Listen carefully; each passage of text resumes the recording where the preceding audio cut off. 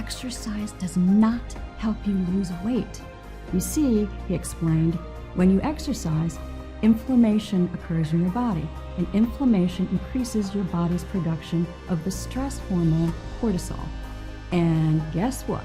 Cortisol, just like starvation mode from dieting, tells your body to hold on to fat. This would explain not only your inability to lose weight, as your body is constantly fighting fires inside of you, but it's also why you can actually gain weight from exercising too much because of all the compounding inflammation. Plus, in another groundbreaking study conducted in 2014, it was discovered that found people who exercised actually increased their food intake, crushing their weight loss goals. In conclusion, there's no doubt exercise is healthy, but as a weight loss method, it is not a long-term solution. It is simply treating the symptom of your motilin resistance, your belly fat, rather than addressing the root cause of your hunger. This brings me to my next point. So, can a sluggish metabolism be blamed for weight gain? He asked rhetorically. Believe it or not, overweight people actually have a higher metabolism than those of a healthy weight, and this increases as more weight is added. As somebody gains more weight from storing body fat, the body needs to support that excess mass to carry it around. Imagine you had to live with a 45-pound weight tied around your waist.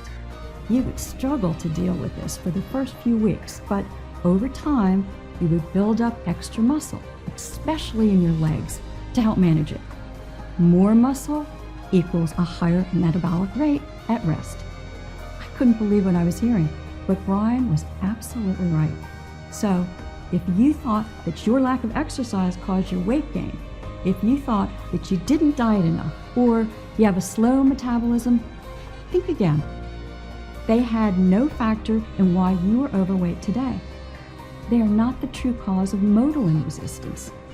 I know this because in just 1 minute, I will reveal to you the real little-known cause of motilin resistance as proven by numerous clinical studies, a dangerous foreign chemical inside every person who struggles with weight loss, as well as the simple 30-minute morning ritual you can do today to target this toxin and stop storing fat. The truth, motilin resistance can be addressed.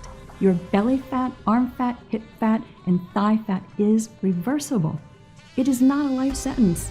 You see, as Brian was speaking, I kept wondering if dieting and exercise had done nothing and never would do anything to help my overweight body, then what could?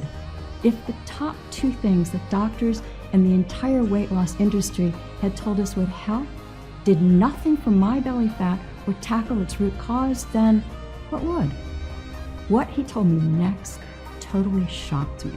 He told me that this hormone called ghrelin that had only recently been studied was the reason for motilin resistance. Ghrelin, also known as the hunger hormone, didn't even exist 50 years ago. Brian then proceeded to pull out a folder of what looked like newspaper clippings and showed me a graph that showed that obesity in America 50 years ago didn't exist on the scale that we see today. Being overweight and obese has only grown to what we see now within the last 50 years. But why, I asked, what does this hormone ghrelin, or whatever it's called, have to do with any of it? Look at it like this, he said. Normally, you have a chemical process in your body called your migrating motor complex, or MMC, responsible for sending messages to your brain, alerting your brain to release motilin, which in turn sends motilin-controlled contractions back to the body to regulate the hunger feeling, or simply put, your appetite. Basically, when your body is functioning properly, you should eat and feel full and satisfied. But when you have too much ghrelin in your body, no matter how full or how much you eat, you still don't feel full. Take a look at this image. I'm sure this cycle sounds familiar, Brian said as he pulled out a sheet from his folder. You eat your food. That's at the top there. Excess energy from food is converted into fat and stored in our fat cells. As fat cells expand, they release the hormone motilin, which I explained earlier, which in turn sends signals to your body to stop eating. It is here when naturally you should stop eating and feel full and satisfied. Put the knife and fork down and maintain a slim, sexy figure. But instead, that's when motilin resistance occurs. As your body is resisting motilin signals because of the dangerous foreign compound of ghrelin, the brain never gets the message you're full. Instead, you continue to feel hungrier and hungrier, even though you are eating more and more. Until in the end, you've eaten that entire cake. You've wolfed down that whole bag of chips. You feel guilty, you feel sick, you feel tired, but you still don't feel entirely full or satisfied. You've gone from feeling hungry to feeling sick and tired. And a short time later, the cycle starts all over again. This is exactly what is happening to you in the same cycle. You and any other woman or man struggling with weight loss are in right now. That's a scientific fact. You see, it's not your fault you took just 1, 2, or 3 more slices of pizza, or decide to finish off that tray of cookies. You don't lack willpower. It's all down to your inability to turn off your hunger. But wait a minute, what causes motilin resistance again, I asked. Well, Brian began, we couldn't find a single precise and definitive answer on exactly why it happens in the first place. But as I mentioned earlier, this has started only in the past 50 years. Look at this graph.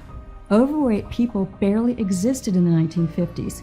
He explained that doctors and scientists still don't have a direct answer, but they believe it has something to do with the way our food has become processed within the last 50 years. As our food has become increasingly more and more processed, and as more and more foreign chemicals are added to our food to help keep it fresh, studies have shown that it has caused a major spike in the ghrelin hormone to become active in our bodies, and that is only becoming worse as it is increasing at a rapid rate. A recent report published by the OECD, based in Paris, France, predicts that 75% of all American adults will be obese and motilin resistant by 2020 if things don't change. So click on the order button below, and I'll see you on the other side.